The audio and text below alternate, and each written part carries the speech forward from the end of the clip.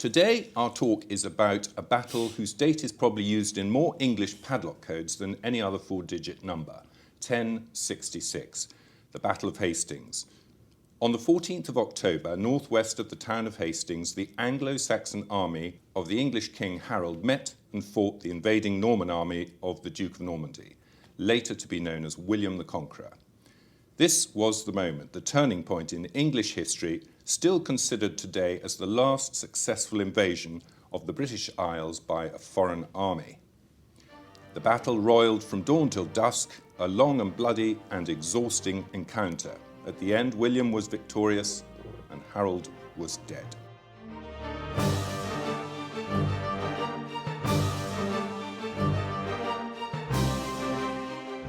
Welcome to Bloody Violent History, and this our section on some of the most important battles in history. The Prussian military theorist Karl von Clausewitz said that war is politics by other means, and in war battles are fought, on land, on sea, and in the air. Many are inconclusive, some are steps towards eventual victory, and of course the winner of the last battle is generally the victor. In this series, we examine some iconic battles which have either brought a war to a close or have had such an important effect on the war that they have decisively changed its direction and outcome. A few of these end up defining a conflict or even a nation. I am fortunate to have with me today an historian and novelist who has written extensively on military matters. His latest book, The Shape of Battle, was published in 2021 and is a study of why battles are fought, and to do this he examines 6 military encounters, all of which took place in the preceding 1,000 years. The first of these is the Battle of Hastings. Allan Mallinson, welcome to Bloody Violent History. Thank you very much. So if we could start with the lead up to the battle, that always helps us sort of how it took place, why it took place. Before 1066, before Harold was the king, we had Edward the Confessor. And it seems to me that there's something about his decision-making and his political manoeuvring that caused a lot of trouble for Harold down the line. Can you describe a little bit about what he did and why he did it in terms of his promises to Harold and William? Oh, if only we could go back and say to Edward, what on earth did you think you were playing at? A pious man, a fine man, regarded highly by everyone, and yet the critical decision, who is going to succeed him, he was childless himself, he either ducked or made it willfully obscure, or who knows. But when he died on the 5th of January 1066, it was not clear who exactly was to take over from him. The defining criteria really was who the Witan, the great council of state, consisting of the great civil and ecclesiastical leaders, who they thought would best be the safeguard of the nation. And Harold was in a strong position to claim the Witan's support because he had been effectively acting as pro-king during the preceding 5 years or so, sub-regulus as it was called. He was his right-hand man. And to cut a long story short, Harold either believed or persuaded himself or persuaded others that Edward, on his deathbed, had said, "Harold, it is to be you who is to succeed," and persuaded the Witan that it was so.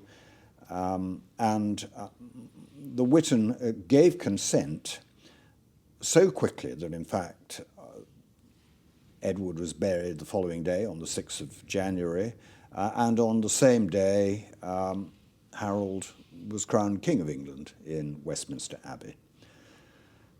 The problem was, of course, that Duke William of Normandy thought also that he had a claim by a prior pledge of Edward, and also believed that Harold had assented to that claim when Harold had spent a little time in, William's custody, was it, or at William's pleasure in Normandy a few years earlier. Well, he fought alongside William, supposedly. He did. It was most odd. He managed to land on the shore of what is now France and was taken to Normandy. Did he go there purposefully, or was it by accident that he was blown there? Again, we don't know. But he clearly wasn't free to leave for a while, and he did end up fighting on William's side in William's virtually continual wars with his neighbours, the Bretons and the Franks, and actually excelled himself at one stage, arguably by saving William's life. Ironically, he was a brave and resourceful man. So you have this situation in January 1066 that yes, it seems that England wants Harold as king, but William is convinced that he has a right, and a holy right, having arguably tricked Harold in assenting to it by getting him to swear his allegiance over a reliquary. A covered one, was it? A covered yes. reliquary. The story goes that having got him to swear over this, I don't know what he told him it tablecloth, was, suddenly whipped the cloth off, and there were these holy bones of some long dead saint. But there was a question. That's before the complication of the spurious claim of Harold Hardrada of Norway, who also thought, because of the complicated alternating succession of the kings of England from Anglo-Saxons to Danes in the early 11th century, that he too had a good claim. And of course, Hardrada, being the man he was, felt that the way to settle this was simply by conquest too. So he turned up on the scene before William.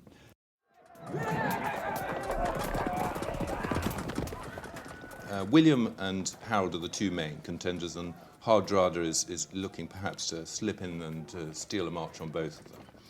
In your book, The Shape of Battle, you quote early on the following: "By rights, a seasoned campaigner like Harold Godwinson shouldn't have lost the Battle of Hastings." Now I'd like really just to talk a little bit about them as commanders, as much we know, and the kind of armies that they have. So if we could start with Harold, an Anglo-Saxon, and I mean with Danish blood, with Viking blood, and they're all mixed in a bit. He has brothers, both on his side, and also he has a troublesome brother.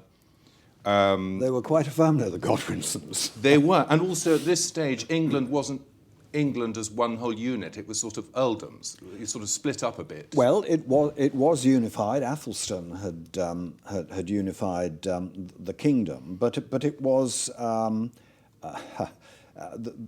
the administration of the kingdom was through the earldoms, and these were massive. Wessex, which was Harold's own earldom, Kent and the home counties, East Anglia, Mercia and Northumbria.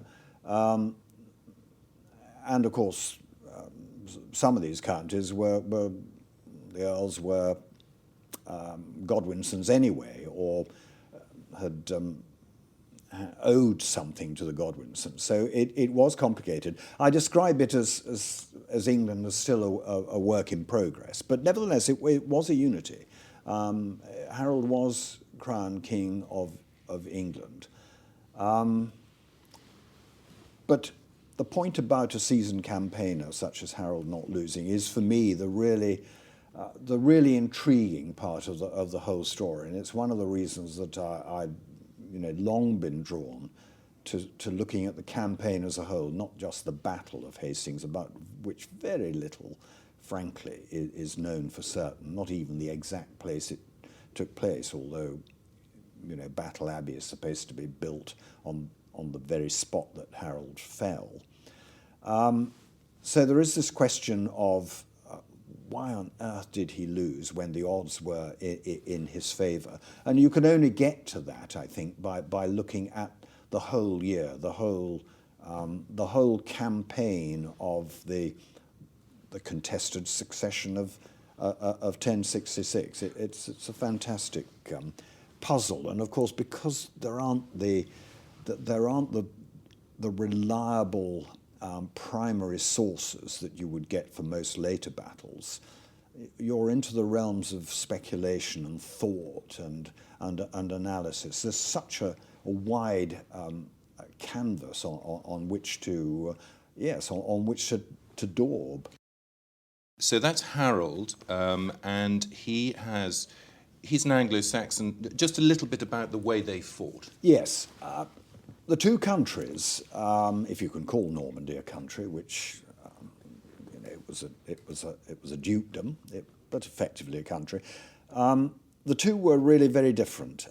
In terms of population, for a start, England was estimates of about 3 million, Normandy about 700,000. So again, you look at that and think, well, how on earth could the Normans have won with population differential such as that?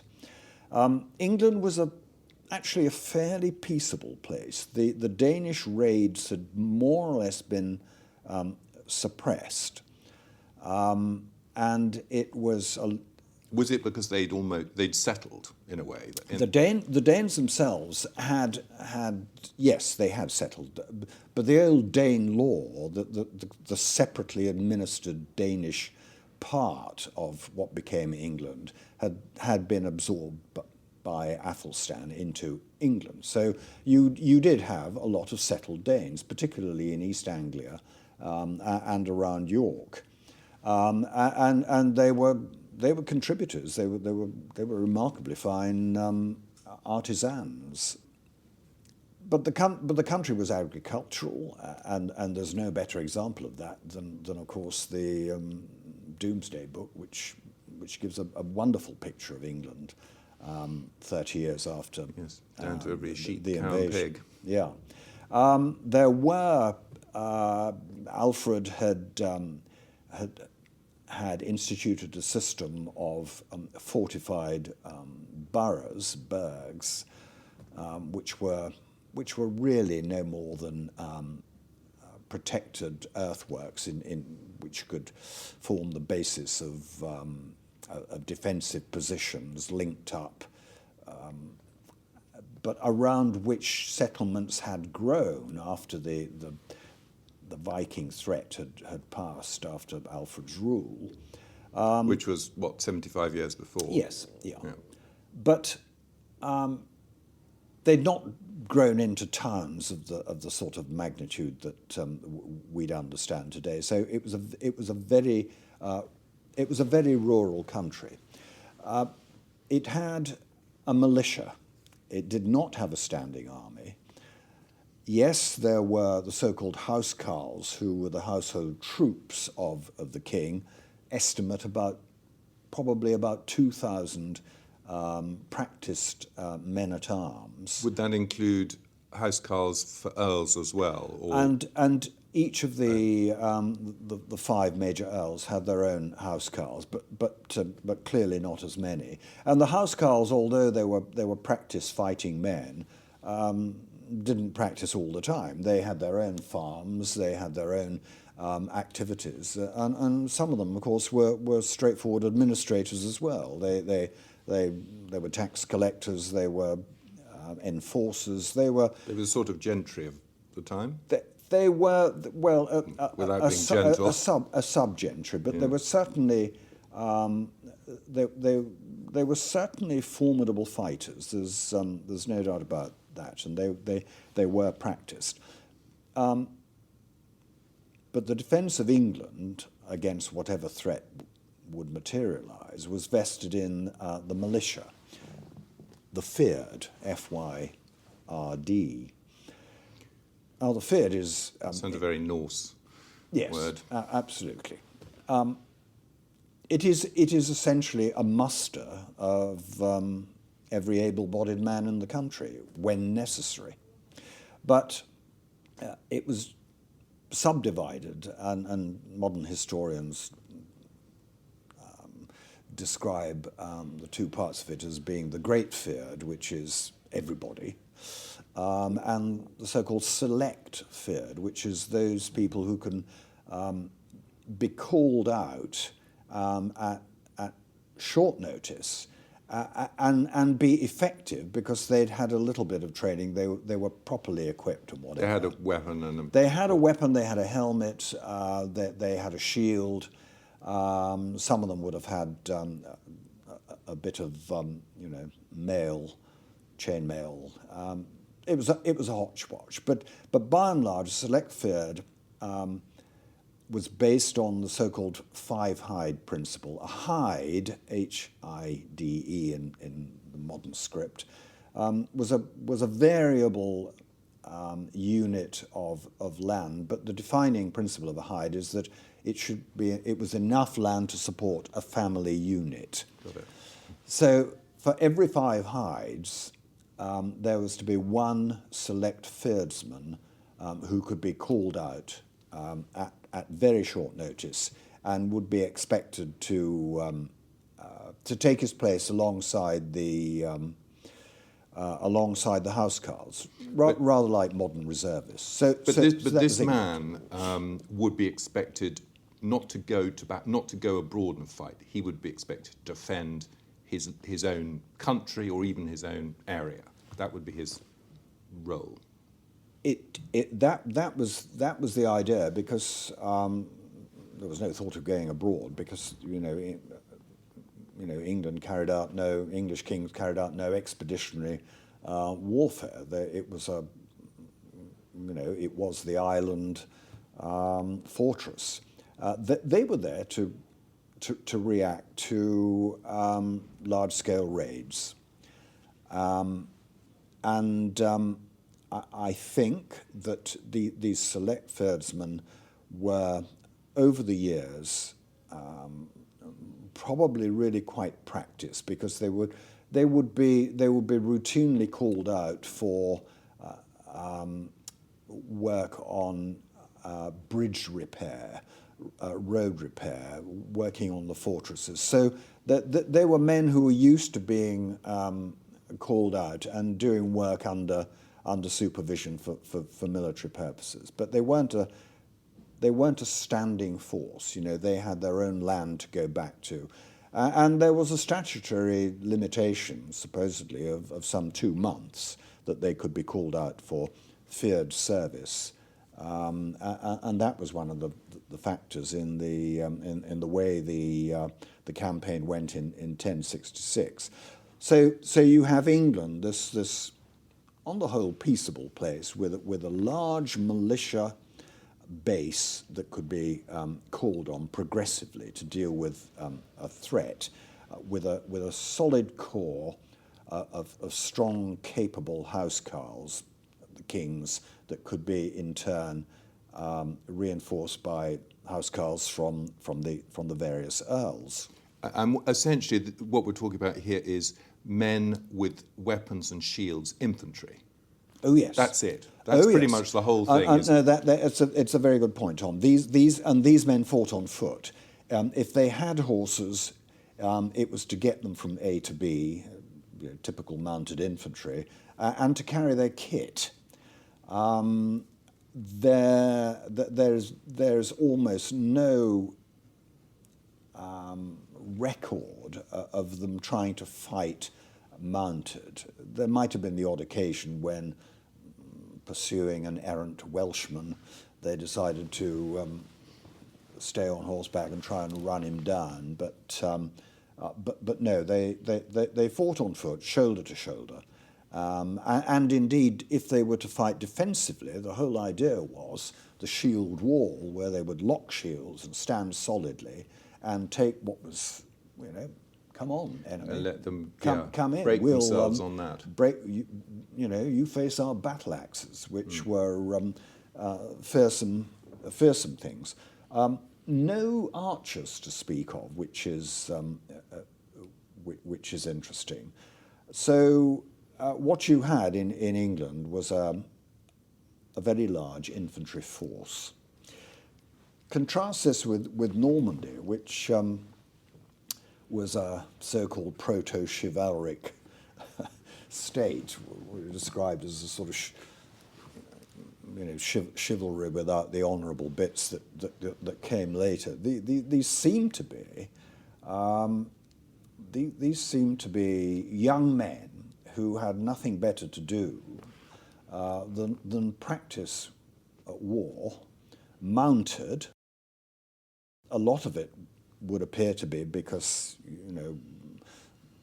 what does the son of a noble in Normandy do? He can either go into the church or he can, train for war, because Normandy was not a settled state. It had troublesome neighbours, Brittany, the Franks. It was an expanding state. It was in a permanent state of war, a bit like Prussia in the 18th century.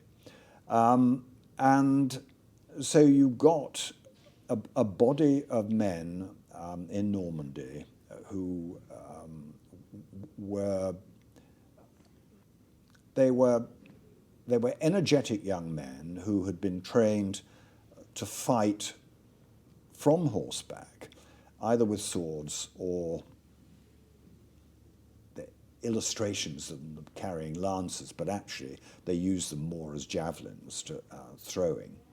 So they were trained for offensive action. They were indeed the shock troops, and they seem to have done quite well in battles against the Bretons and the Franks, although they would occasionally get themselves into trouble by being impetuous or running into ambushes in close country. And indeed, it was during one of these skirmishes when Harold was in Normandy as Duke William's guest, in inverted commas, that Harold saved the Duke's bacon. So a very different sort of army. So they had, Harold had infantrymen. William had cavalrymen, infantrymen, and he had archers. He had them he could combine them as a unit. Yes, and the archers, I believe, were the really critical factor at Hastings, more so than the cavalry. The estimates is that he managed to produce about 800 archers at Hastings. These would have been Normans from his own dukedom, but also Breton mercenaries whom he was quick to engage when he promised them the riches of England, and Franco-Flemish mercenaries as well. Probably only a third of his army at Hastings were actually true Normans. He probably had, though, about 3,000 mounted knights in inverted commas, men who were capable of fighting on horseback. So he had. I mean, this sounds like the English were on their lovely island, enjoying their wonderful life and prepared to defend it, but they weren't really going beyond that. Whereas the Normans were thinking, about their future, and they were quite technological. They had, theories on building castles and yes, and all of that. Which, of course, William introduced into England after the conquest, the castles built by individual noblemen in Normandy became power centres in their own right, and William So often a problem, yes, isn't it? and that becomes a problem in England in the 14th century, when you get this so-called bastard feudalism, and William clearly had William would have had a continuing problem of how he kept these noblemen in check, because you build a castle, and that in itself is a threat to royal authority. So he was always going to have to be offering them more, extension of the borders of Normandy, or in the case of the death of Edward, England itself, a very rich country at that time. So the English, happy to have their drinks and sing their songs. The Normans, it was about conquest, riches, and probably led on with a bit of religious sanction. Yes, now this is a tricky area, the religious authority. It would appear that William had managed to persuade the Pope that he had a right to the throne of England. The Pope, it would appear, gave him authority to, as it were, test that right, and gave him a papal banner, almost as a sort of as a chit to go and see what you can do. But what the Pope did not do was to excommunicate Harold, which apparently William had asked him to do, which I think is significant. He was playing balanced game. Well, yes, we don't want to go down the rabbit hole about the papal succession, but it was complicated because the Pope Alexander he was the first pope to be elected by a conclave of cardinals rather than the Holy Roman Emperor. So there were all sorts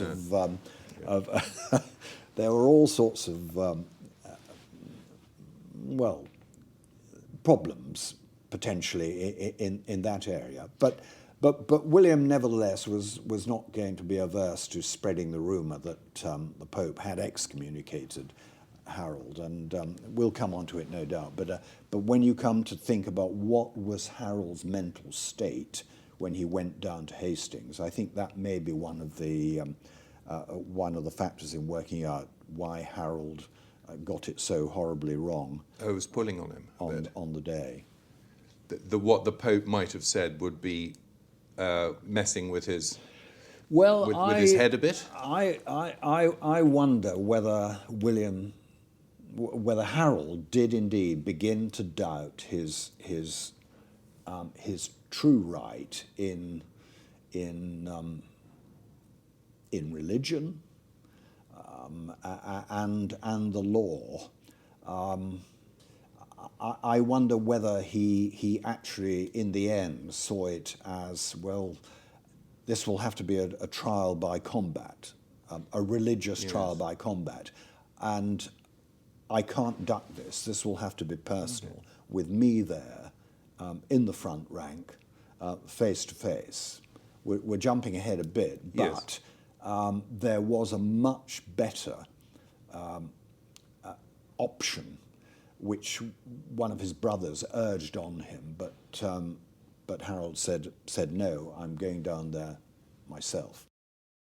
Just before we get into the battle, which we're going to do in a moment, so to clarify that, because the Anglo-Saxons, when they crowned a king, it was really the people, the witan, doing the crowning, whereas in the Norman way of crowning a king, the ultimate sort of seal of approval was the bit in the church. So there was a point of difference there, wasn't it? It was more like our parliamentary system today a little bit, and whereas they wanted the blessing of God Almighty.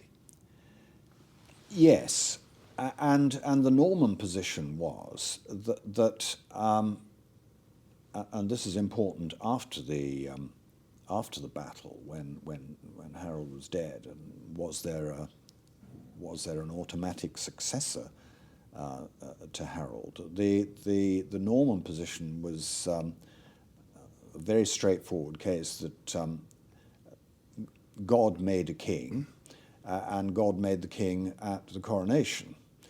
As you say, the English position was that the English made the king in the form of the Witan, and this was formally recognized by God, as it were, in the coronation.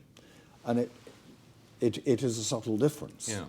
And it accounts for why William got rather anxious after Hastings, when he was wondering, had Edward Atheling, who was the only person who could have a stronger claim than him to the throne, although he was a minor, 14, possibly even younger, had he actually been crowned, canonically, would the coronation be recognised by Rome?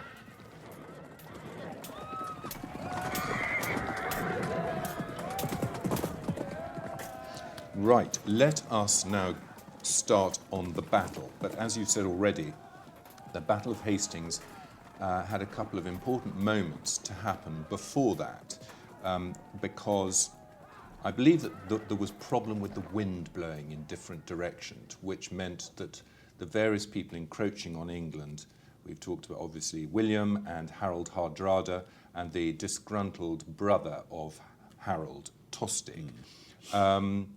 Quite a lot of this was sort of due to the weather, to start with. Yes, well, Harold certainly knew, or suspected, that William would mount a forceful challenge, that he would try and get across the Channel.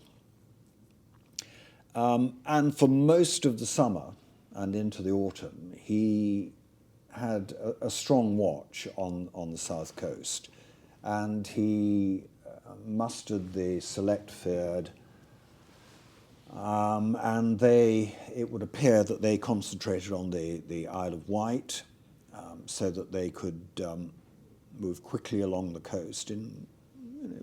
He had a good little navy, and they could deal with the landing when it came. But nevertheless, he had a watch along the whole of the south coast. But oddly enough, the winds, which should have been generally southwesterly, i.e. from the southwest at the time, which would have helped William across the Channel, were by and large throughout the summer, if there was any wind, coming from the north, which of course kept William in Normandy. They simply couldn't get across the Channel. And so when it got to the early September and no sign of William, Harold quite reasonably started to think, well, perhaps he's not coming. And I speculate in the book as to how much intelligence they could have had about William's activities, because if the wind is blowing unfavourably for William, it's also blowing unfavourably for Harold's spies in Normandy getting back with the messages. So Harold doesn't really know. So we get to the beginning of September, when the select fyrd's terms of service, period of service, is set to run out. It was extended slightly, it was thought. This 2 months of active duty. 2 months active duty. Right.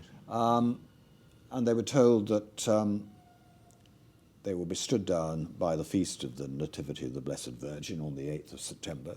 They had to get back home to, help gather in the rest of the harvest and the autumn tillage and whatever. So there was an imperative to stand down the Fyrd.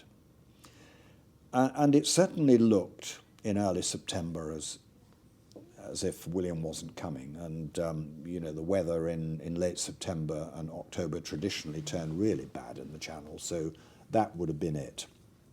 So he stands down the Select Fyrd in early September. And then the news comes of strong Viking raids on the coast of Yorkshire. Scarborough was all but destroyed by Harold Hardrada, King of Norway. Harold the Hard Man, is that? Harold, a hard ruler. Hard ruler. Yeah. With Tostig, Harold's younger brother, who had been deposed as Earl of Northumbria a few years earlier, and there was a distinct falling out, a distinct family falling out, to the extent that Tostig had been raiding along the coast of England throughout the summer and being a bloody nuisance until he was worsted in East Anglia by Gurth, one of Harold's other brothers. But Tostig marries up with Hardrada, brings some Scots to help, and they start raiding the Yorkshire coast. They enter the Humber, and they sail up the Humber and then one of the tributary rivers towards York. And they move on York in the middle of September. The Earls of Mercia and Northumbria call out their housecarls and their Select Fyrd, and they go to intercept Hardrada, and they are soundly beaten at the Battle of Gate Fulford on the 20th of September. Harold has got wind of the Vikings coming into the Humber, and he knows what this means. I have to ask a question of this, because I'm sure Jamie also had this feeling, is that there were times when we were taught this story at school that there was some sort of an alliance between the Normans and the Danes. I mean, I find it hard to believe because they both wanted the same prize, but it does seem odd that they were, poor old Harold was having to march up and down the country. Was there any kind of thought there might be a deal going on here between them? Well, I only found the idea that there might have been, but there is absolutely no evidence whatsoever. And it would have been, the footwork and communications between Normandy and Norway in that year would have been quite extraordinary. And there's no evidence that there was any previous discussion. It is, of course, said that when William landed in Sussex, he didn't know which Harold he was going to be fighting. Oh, good. Right. But that's about it. But he was certainly going to have to fight Hardrada if Hardrada had prevailed over Harold in the north. But meanwhile, Harold, having heard that the Vikings had entered the Humber, knew this was serious. He calls out the Fyrd again. He assembles his housecarls, and they set off up the Old Roman Road to York, distance of some 200 miles, a forced march. It's sometimes said he covered it in 4 days. I think that's an exaggeration. 50 miles a day, even with good horses. You would have knackered the horses and knackered the men. He probably did it in six or seven, but nevertheless, they didn't hang around.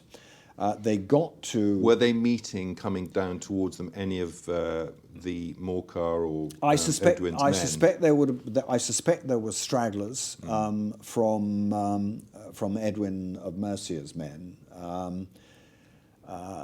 Who were defeated at Gateway. Soundly beaten, huge casualties apparently. No one quite knows where Edwin and Morcar then disappeared to at that time. But the East Anglian feared under Girth.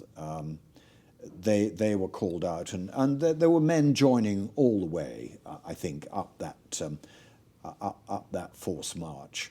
They get to Tadcaster on the 24th of September, and there they learn that the Vikings have done a strange thing. Having defeated this Anglo-Saxon army at Gate Fulford, they haven't gone into York, which you would have expected them to do. For some reason, they have parleyed with the inhabitants of York, who've agreed to send money and hostages, and they pause and go back to their boats at a place called Rickhall, south and east of York. And there they, for some reason, again, not known, they divest themselves of their heavy kit, and then go upstream to Stamford Bridge, where they make camp to wait for the hostages and the gold and silver tribute to arrive from York. So they're on light scales, as it were. Do you think they're thinking that there's no sign, nowhere Harold's going to appear? No threat. I mean, what an extraordinary thing it would be that Harold, who's down in the south, should appear. Also, it suggested it was extremely hot at that time, and that they took the opportunity to offload. Who knows? But what is certain is that Harold brilliantly decides to go straight at them at Stamford Bridge. He had an option really of either going for the boats, which would have been the easier win, closer, but what would that have done? Well, he would have had a fight on his hands there, and then he would have had to fight the alerted Vikings at Stamford Bridge. So he goes for the harder job of tackling the Vikings head-on at Stamford Bridge. He takes them completely by surprise towards the end of the next morning, 25th of September, and utterly defeats them. Kills Hardrada, right. Kills Tostig. Right, yes. There's only Hardrada's son left, who they spare almost as the trophy. As a trophy and as a messenger to go back to Scandinavia and don't come again, or you'll see what will. And Harold's numbers were quite. He had quite a good superiority of numbers, probably against Hardrada and Tostig. Well, certainly at Stamford Bridge, yes, and they were. Well, I say fresh. They just had a forced march up the Great North Road, but they had not been fighting up to that stage. So they were fresh and ready for a fight, and they spared no blood, and the rivers were proverbially turned red.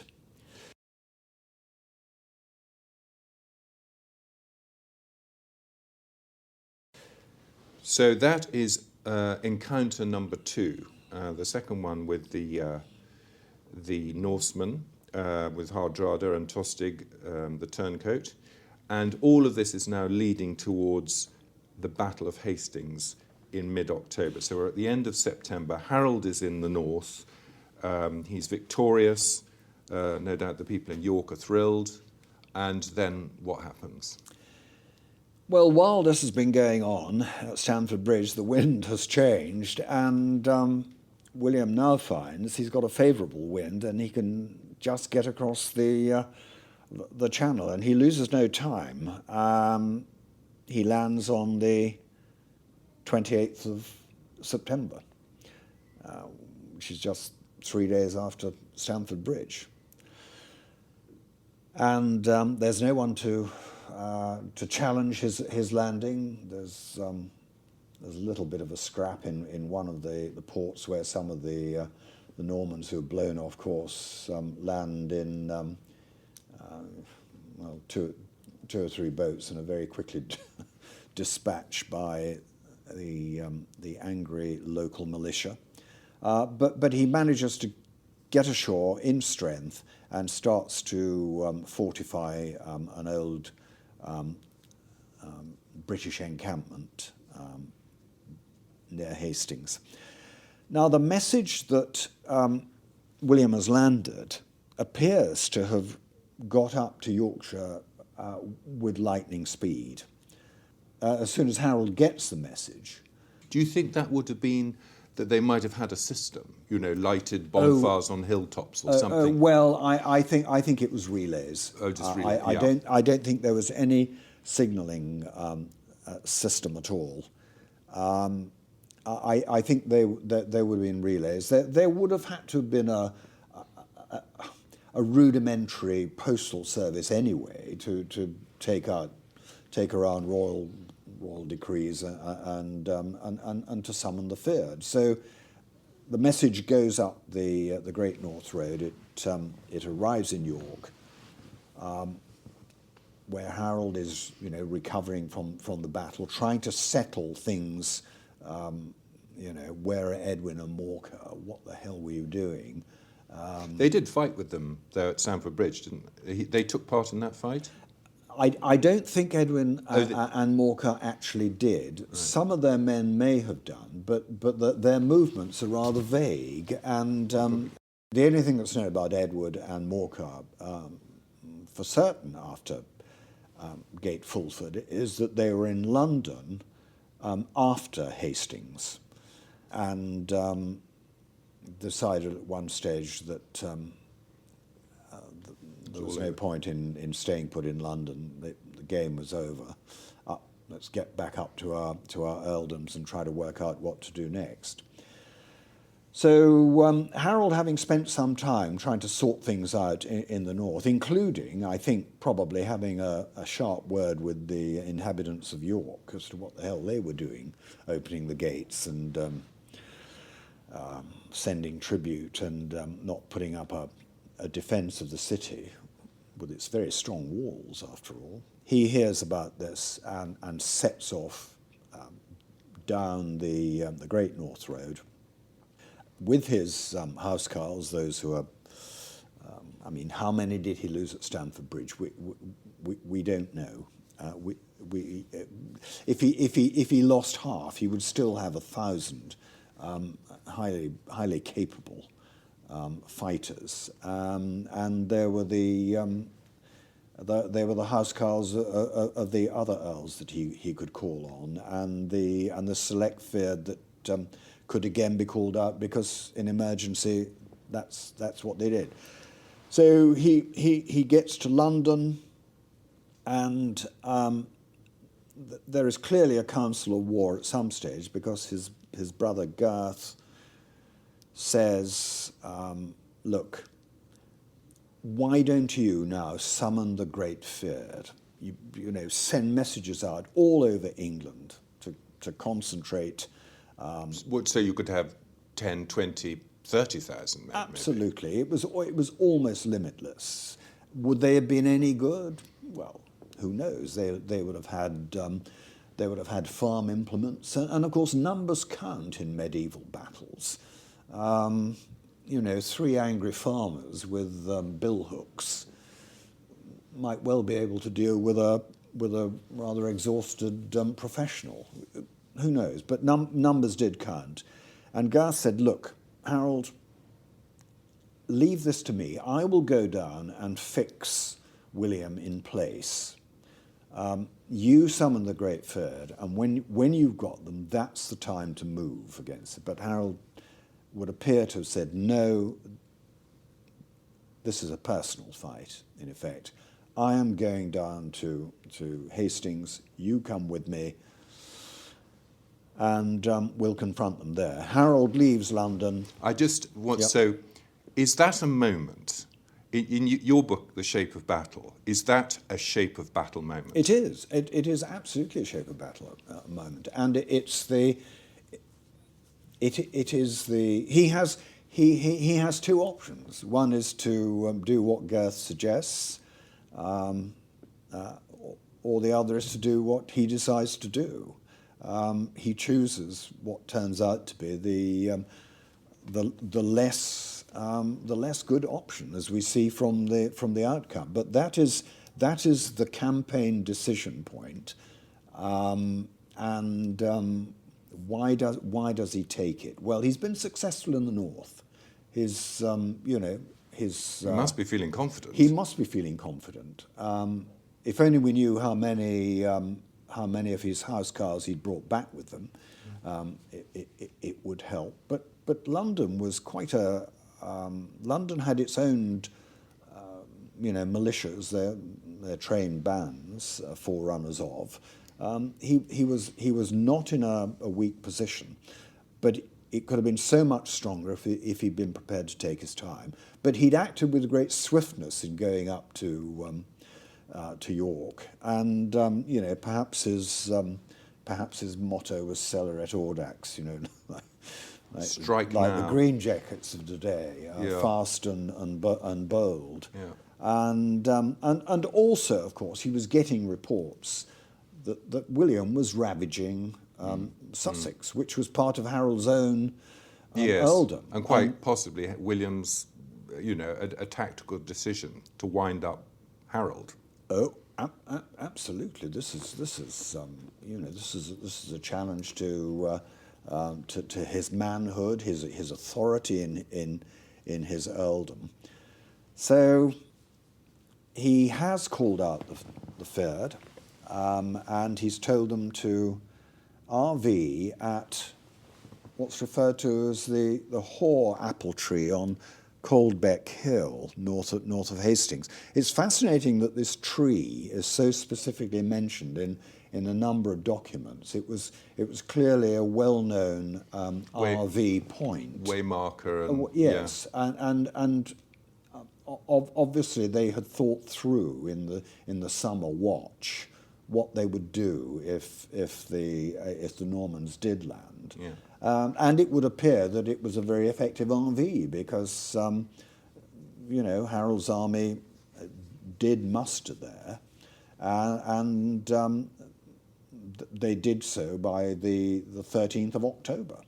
Although there were men coming in, apparently, even after dark on the 13th, the day before the battle.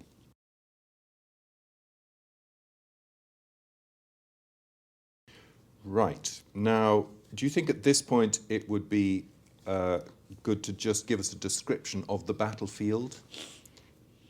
Or is there a bit more to say about the night before the battle? I don't think there's a lot to say about the night before the battle, except that generally the commentators say that the Normans spent their night in prayer and making their confession, and Mass was said, whereas the Anglo-Saxons spent their night drinking, carousing, and storytelling, which plays rather nicely to the sort of national image.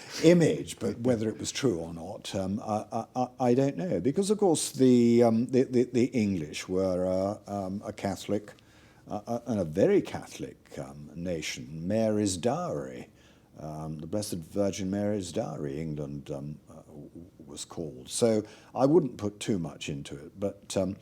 Who could blame the Anglo-Saxons if they had some mead with them for fortifying themselves after a long march? But certainly both sides stayed put during the night. There was no patrolling as far as we could work out, and who was going to move first against whom?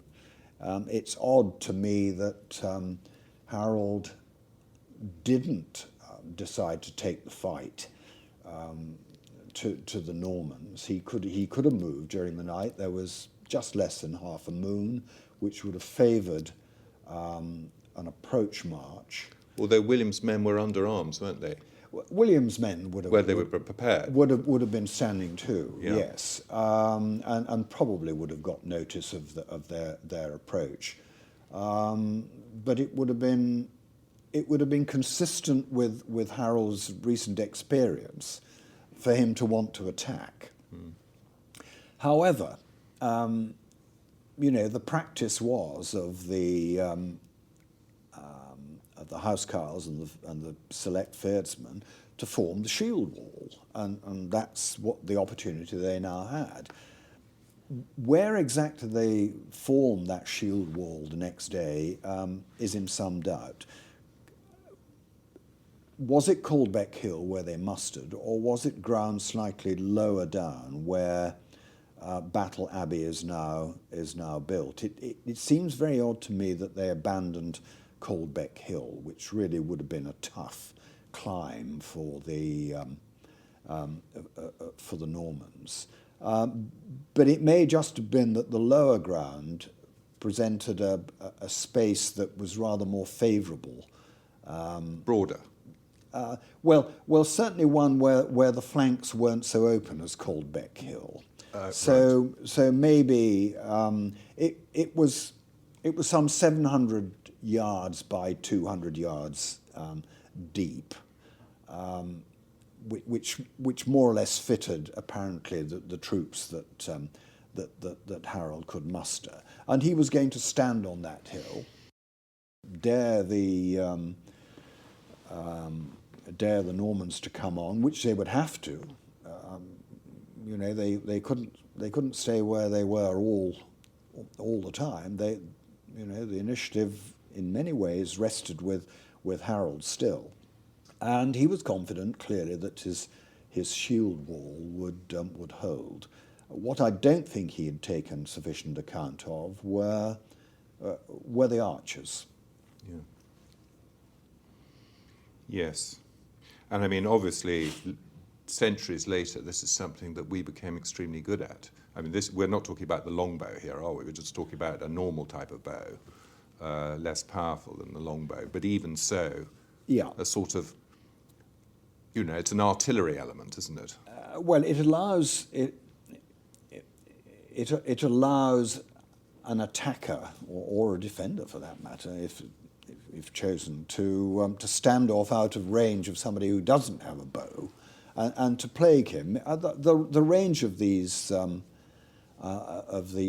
Shorter bows was 80, 100 yards, and they were, well, it would appear that they were fired both, indirectly is the wrong word, because technically indirect means you can't see the target, but they were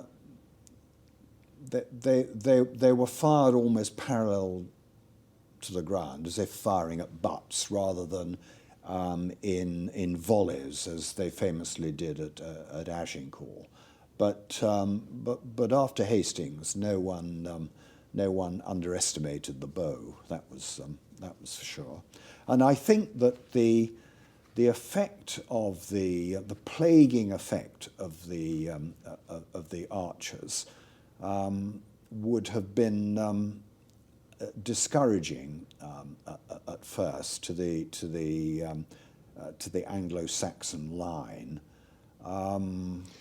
Whether it accounted for a lot of men, who knows? But certainly towards the end of the day, when the archers felt they could close in with impunity without risking a sudden foray from the shield wall, catching them unaware, I think they were firing from very, very short range, arrow after arrow, into this huddling mass, which was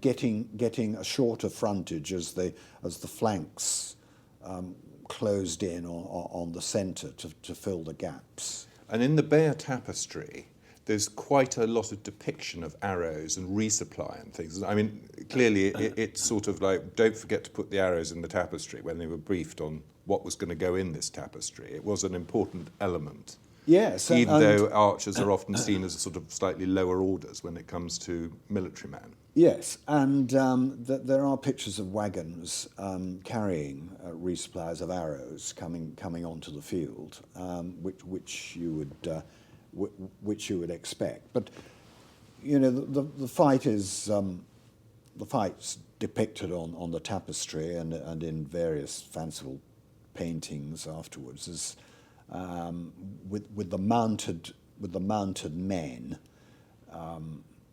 Being the predominating factor on William's side. Undoubtedly, they did their damage, especially towards the end.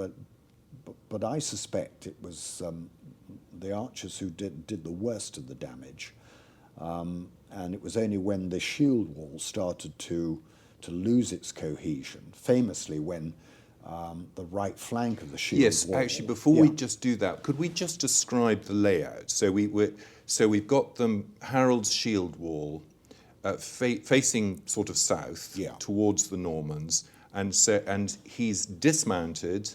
All his officers, his earls, they're all dismounted. They're going to fight, and it's him in the middle with sort of different county or area groups on either side. Yes, a frontage of, as I say, around 700 yards, with the solid block of housecarls,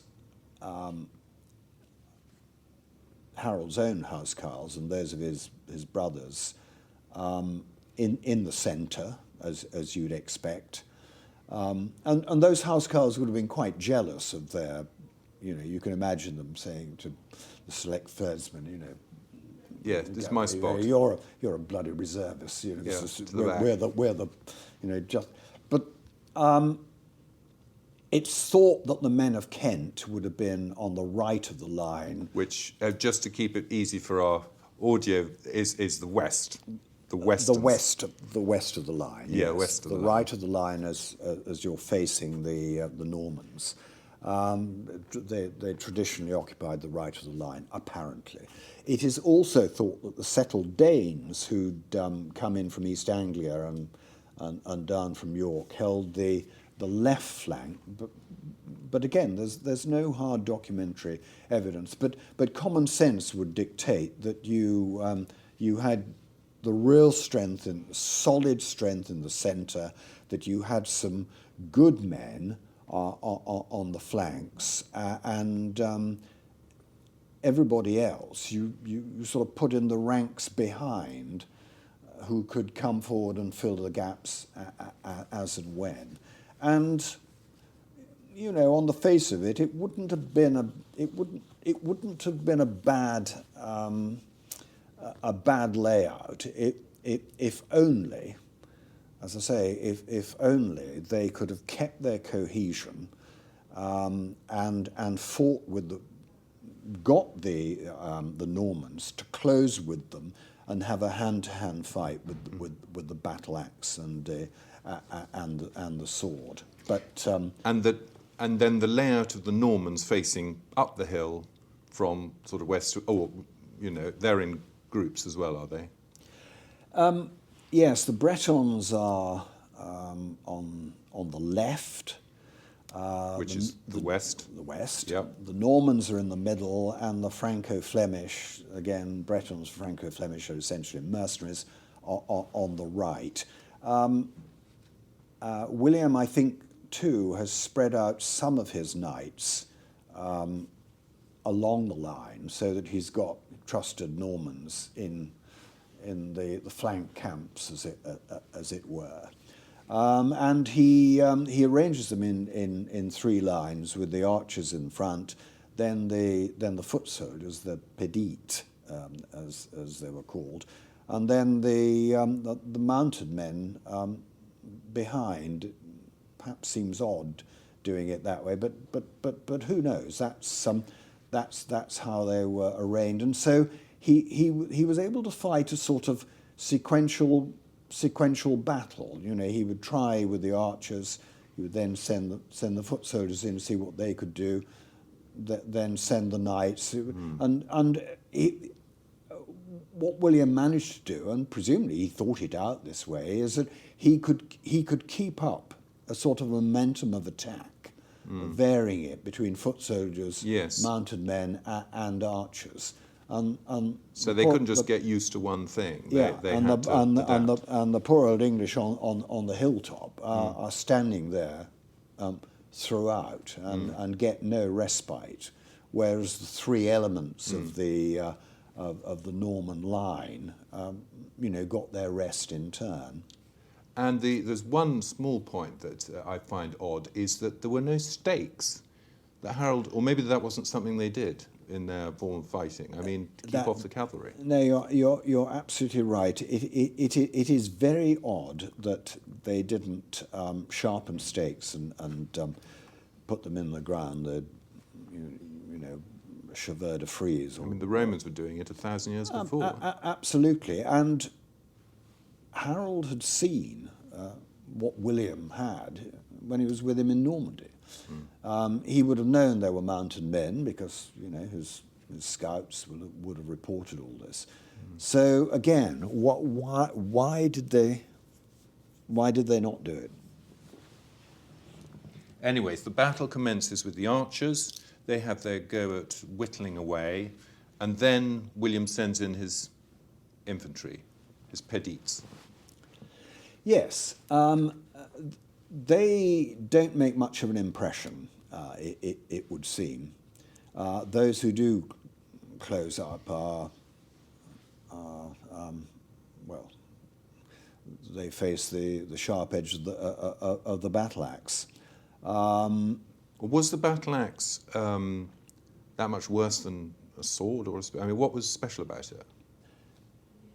The momentum of the swing of the battle axe was, enough to decapitate, and it was something that if it struck a horse, that was the end of the horse too. So it was also difficult to deal with. If you've got a sword, you can't intercept. Yes. You can't intercept the blow.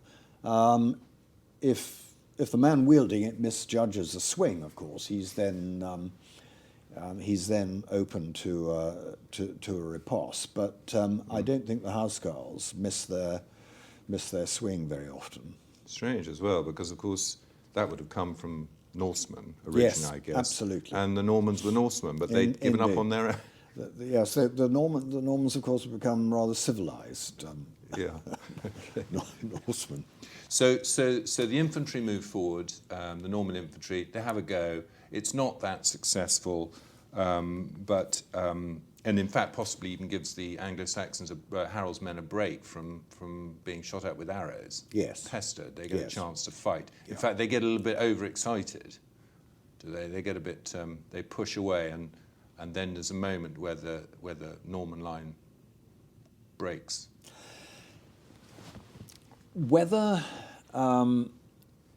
it was a feigned retreat to encourage the English line to chase down the hill or not is a endless subject for debate. But at some stage, the right of Harold's line left the high ground, effectively broke the shield wall, to chase downhill the retreating Normans. Now, retreating Normans on foot, retreating Normans on horseback, probably a combination of both. And what happens is that the Normans rally, turn on them, and do quite a bit of slaughter.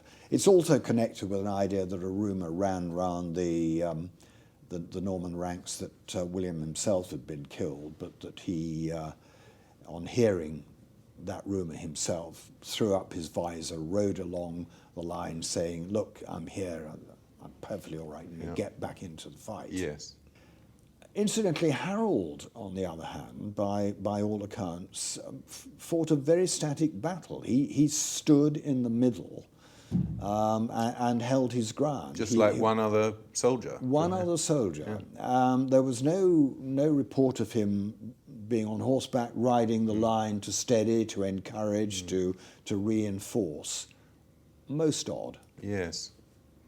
And I suppose, given that the Normans had, they had sort of combined arms, they had three different elements to their army, that when the Bretons came down the hill, and it is hard to imagine that was a, you know, like the Spartans supposedly were able to run away and then suddenly they would turn around and slaughter. It's an incredibly difficult maneuver to make, isn't it? To withdraw, not to panic, and then to stand your ground. And, you know, when people start running, that's when the slaughter starts happening. It is, and running is it's infectious.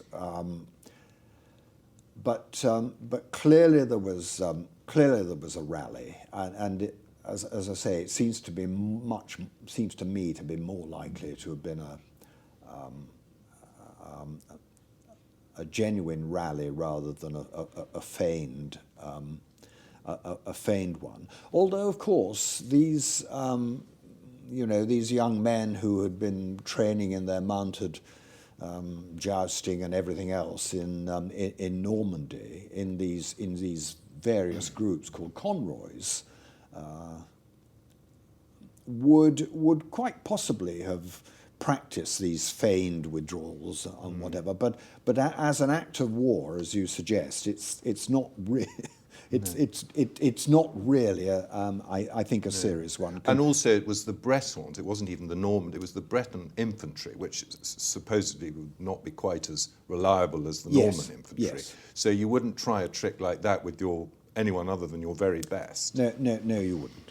No, you wouldn't. But clearly, in this very long battle, and goodness, it's a long battle. It probably 8 hours.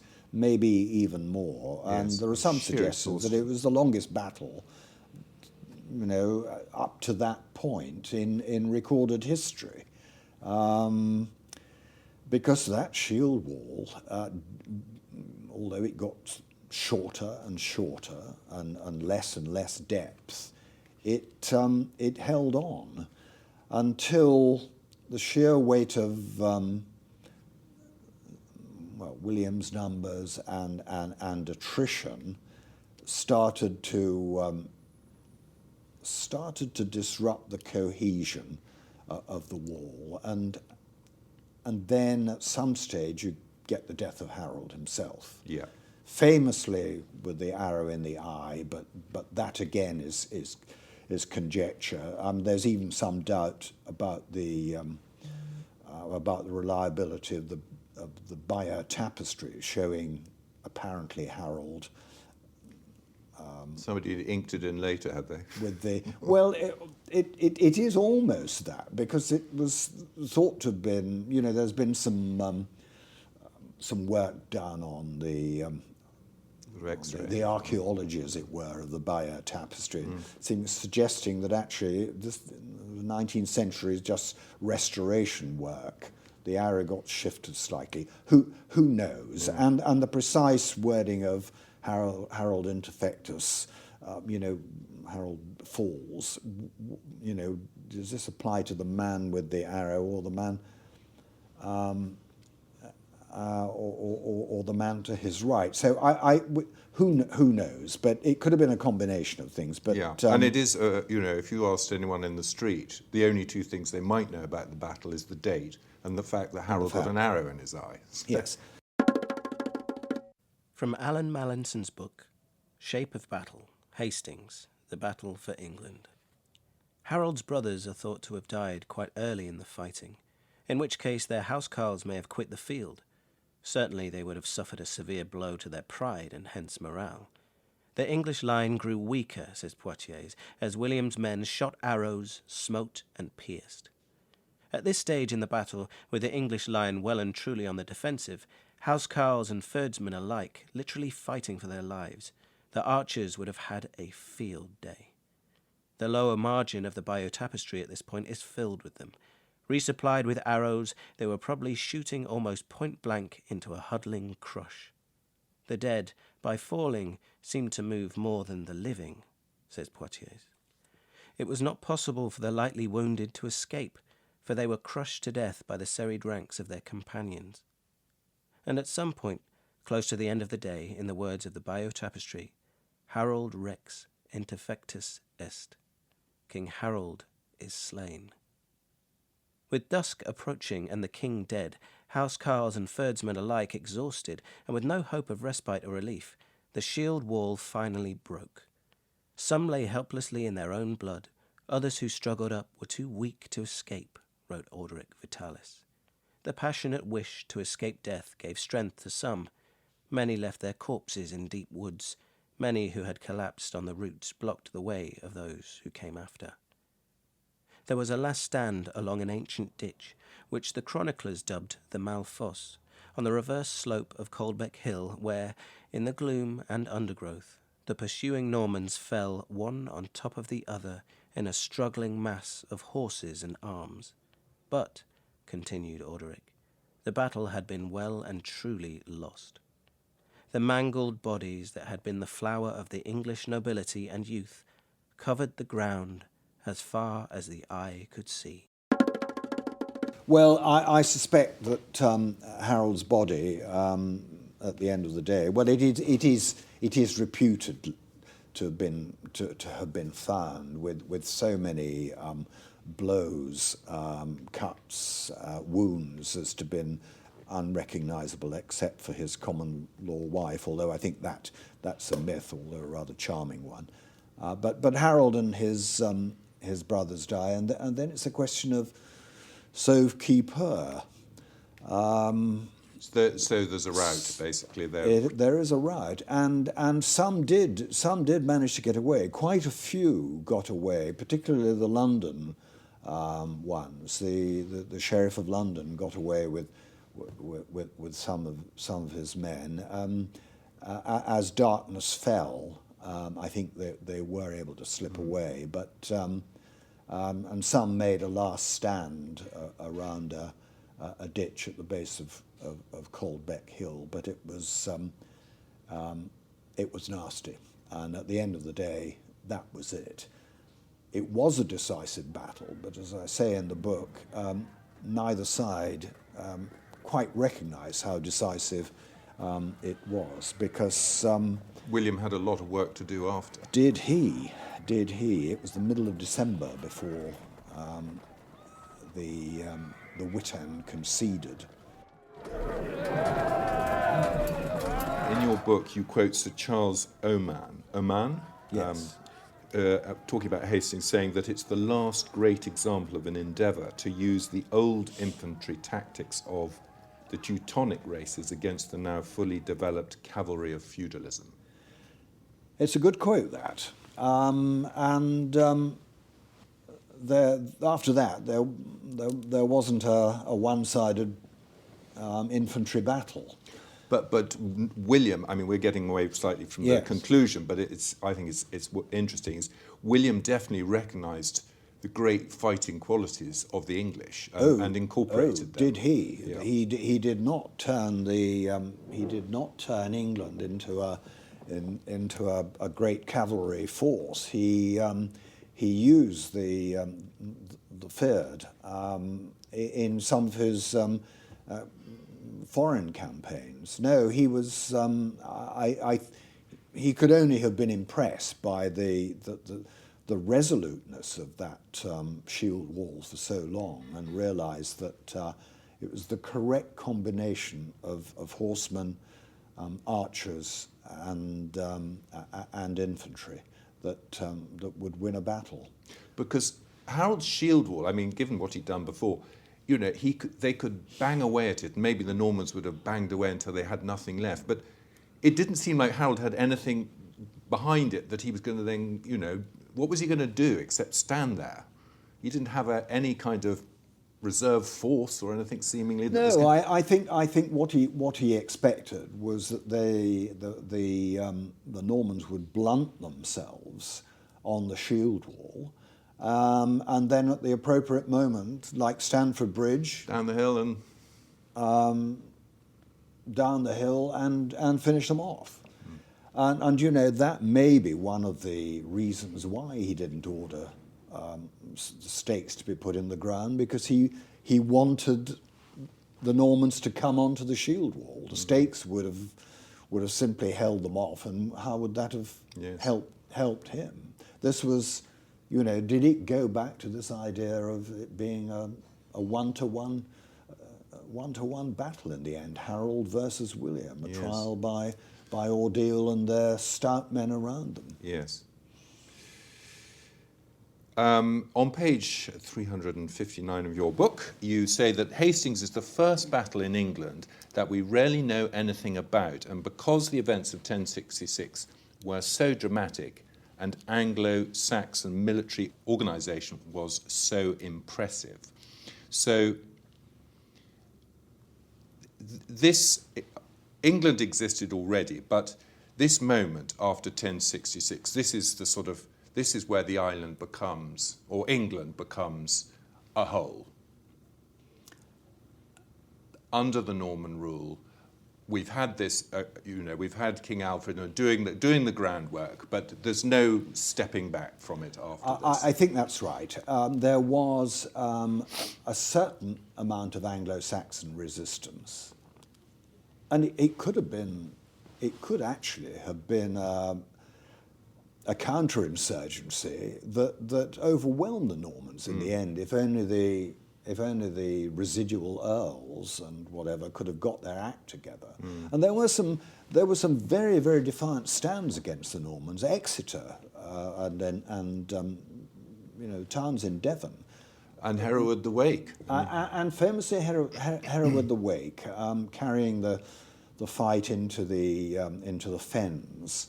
And of course, it's why you get the so-called harrowing of the North, when the northern earls refused to submit This to is William. Morcar, is it, or his predecessor? Morcar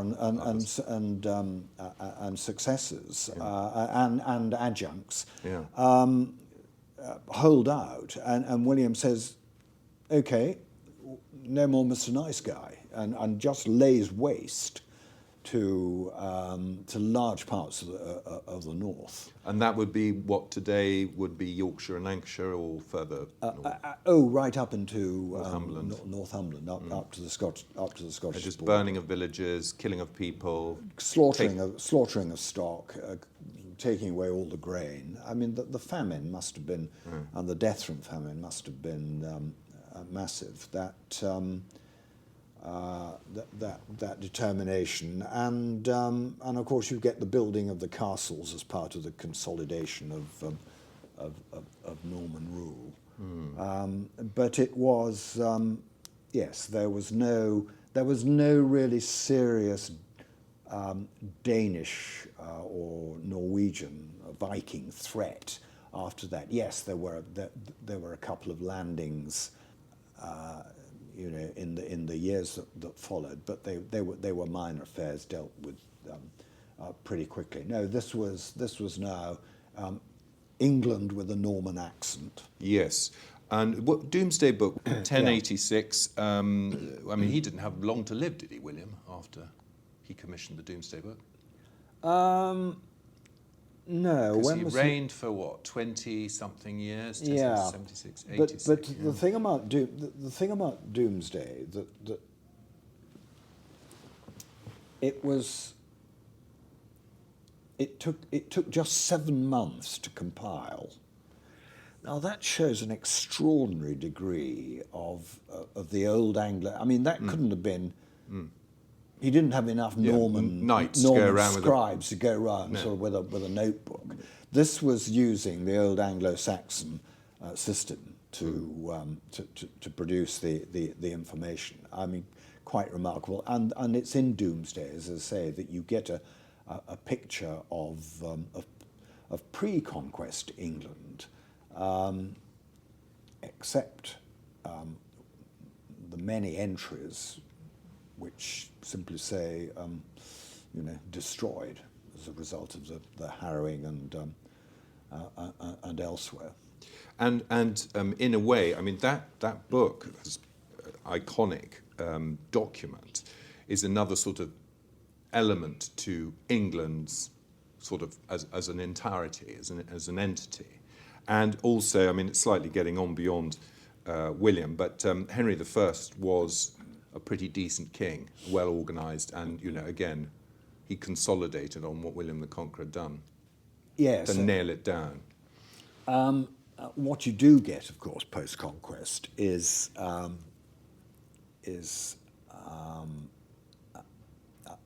much more highly organised church. The Norman ecclesiastical system of geographical bishoprics, geographical parishes with a strict hierarchy and organisation was something imposed on the old English church, which was a much looser organisation and not territorially pegged. So the administration and the development the feudalism and became a clerical, became a job for the clergy in a way that it wasn't in Anglo-Saxon England in quite the same way. You mention in your book Sun Tzu, who may or may not have existed, yes. as you also mentioned. But I do like this saying that strategy without tactics is the slowest route to a victory, but tactics without strategy is the noise before defeat. Yes. And for Harold, you talk about the long view in French, that was ultimately his downfall, that he didn't have that long view. Yes. Yes, he didn't have the that critical decision about, you know, I will accept the taunting and the destruction down in Sussex. That's the price I'm going to have to pay to gather my strength and deal conclusively. He just, in the end, I suppose, saw it as a tactical problem. Yes. So, yes, I mean, the feeling you get with William is that once he's won this battle and sorted out getting into London, he's got a plan. He's got a plan for the whole thing. He's going to take over the country, and it's going to be his big thing. Yes, and it was very interesting examining the movements of William after Hastings. He doesn't take the direct route to London, straight north through the Weald, the road along which the London fyrdsmen would have withdrawn, because that was heavily wooded, and, you know, might have been drawn into ambush. A Teutoburg forest moment. Exactly, the Teutoburg forest. Yeah. He decides not to go west, which would have been the second quickest way, because, you know, perhaps there's a gathering feared from Wessex still to arrive, and that would be on my left flank. No, he marches along the coast to Dover, and first of all takes possession of Dover Castle, and reinforces Dover Castle. I think is the point of reinforcement and entry, when he starts bringing. Yes, then he's got Then he's got a solid bridgehead, and then he begins the march on London, which is a long march, because he tries to get across the Thames at Southwark, and he's beaten off very decisively by the London fyrd. So he marches west, south of the Thames, trying to find crossing points. Most of them are contested, and he's not prepared to try it until he arrives at Wallingford, a ford. Which is quite a long way up. I mean, sort of Goring direction. A long way up. Yeah. And that's where he eventually crosses.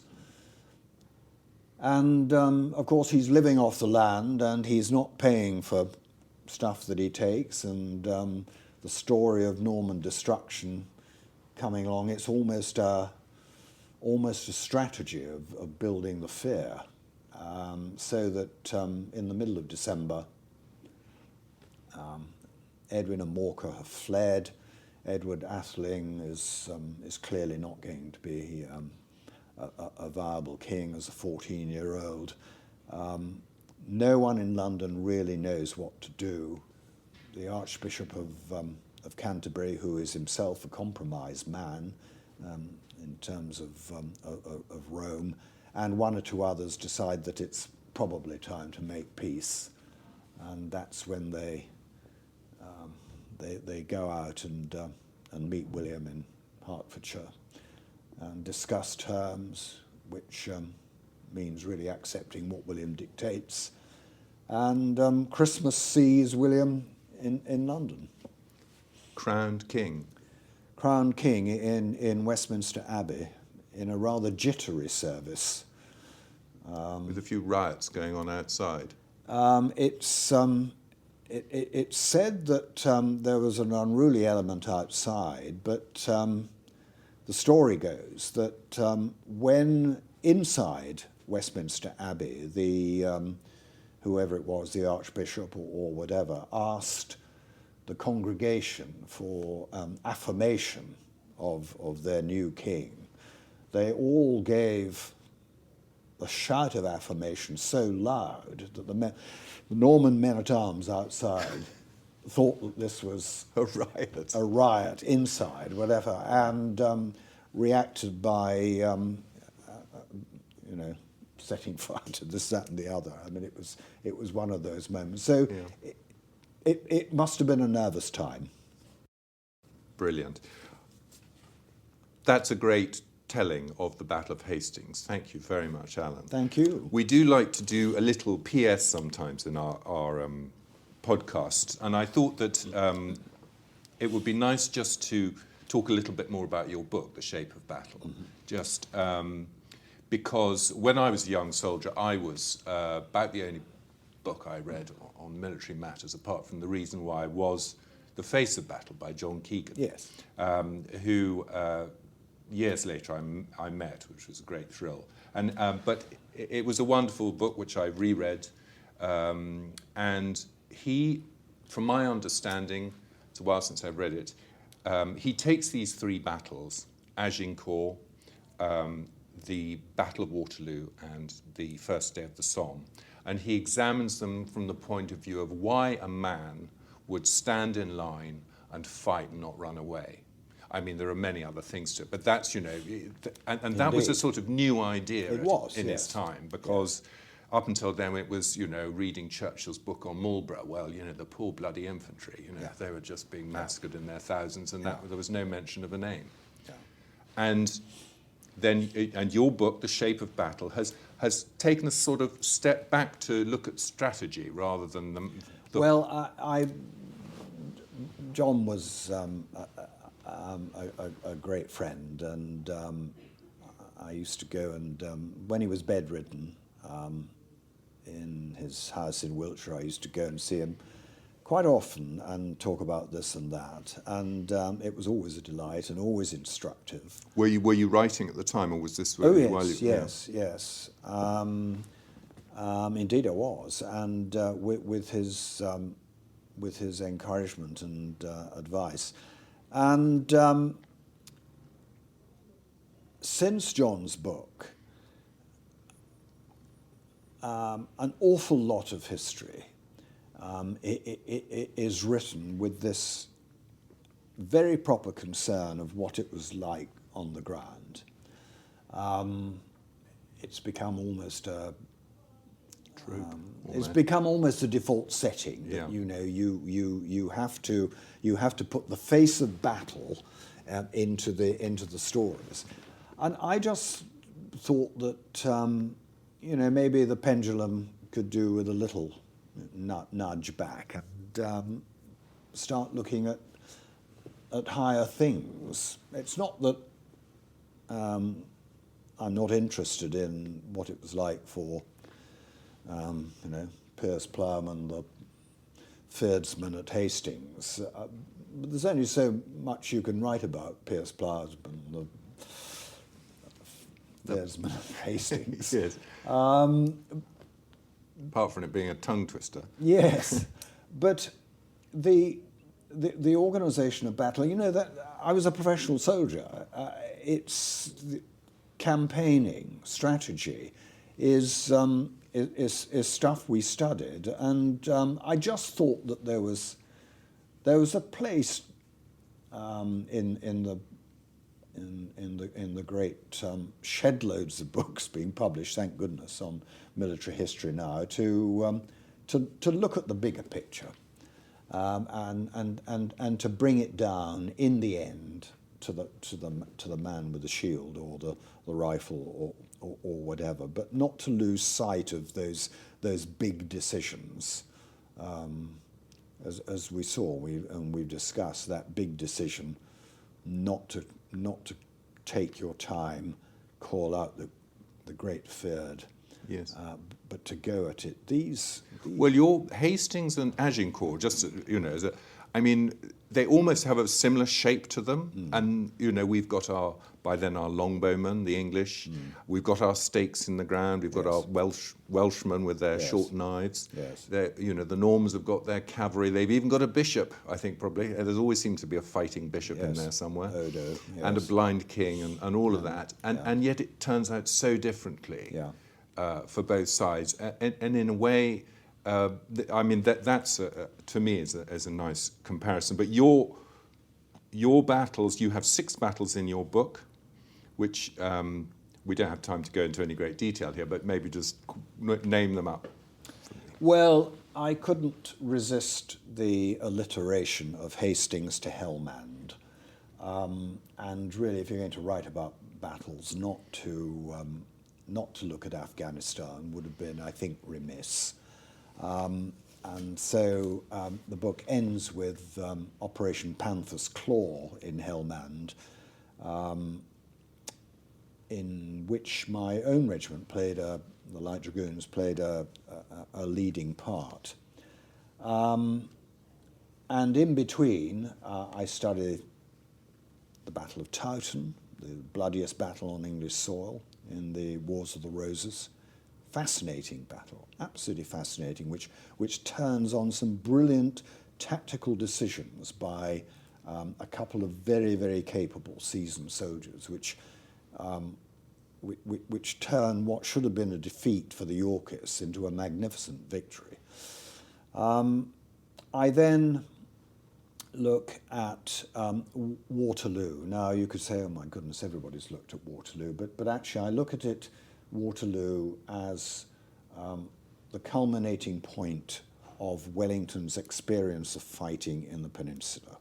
So it's a slightly different take on Waterloo, why that battle, why he shaped that battle in the way he did, because I think the setting up of that battlefield is an interesting story in itself.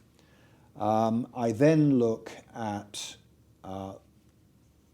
D-Day, and specifically the Battle for Sword Beach, which was the crucial landing sector, was effectively the battle for Caen on D-Day, in which again the regiment which I had the honour to command, the 13th, 18th Hussars before their amalgamation,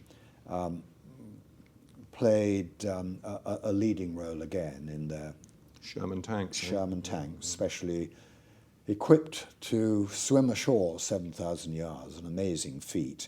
A fascinating battle, which I argue is the longest planned battle in history, because the idea of it, the embryo of as it were, just after Dunkirk, and the development of that idea of we will be going back in, and how that really came from the mind of Churchill all the way down to the men on the ground on D-Day. It's an audit trail, if you like, of the decision-making process, which is what these 6 sections are about. And the penultimate one is Imjin River, which has, as a battle, has always fascinated me, because who could not be fascinated by the thought of a brigade of British infantry supported by artillery and a couple of squadrons of Centurion tanks facing probably around 20,000 Chinese infantry. Incredible numbers, yeah. In the depths of winter, in a place that a lot of people couldn't put a finger to on a map. It was a defeat for the British, but it was a very, very noble defeat. Although was it a defeat? They had to give ground. They lost a lot of men, but it actually saved the campaign. Saved the situation, yeah. And it set things up for the fight back. A war which is still being fought, albeit cold at the moment. Frozen conflict. Well, thank you, Allan. That was brilliant and illuminating. Thank you. The Battle of Hastings ended the Anglo-Saxon rule in England. Under the Norman rule of William the Conqueror, the feudal organisation of the country began. So it goes. You have been listening to our mini-series on battles. Details of Allan Mallinson's books, including his latest, The Shape of Battle, From Hastings to Helmond, are given in the show notes. Please pass this podcast on to a friend to help spread the word. You can contact me at talk@bloodyviolenthistory.com. Thank you and good luck.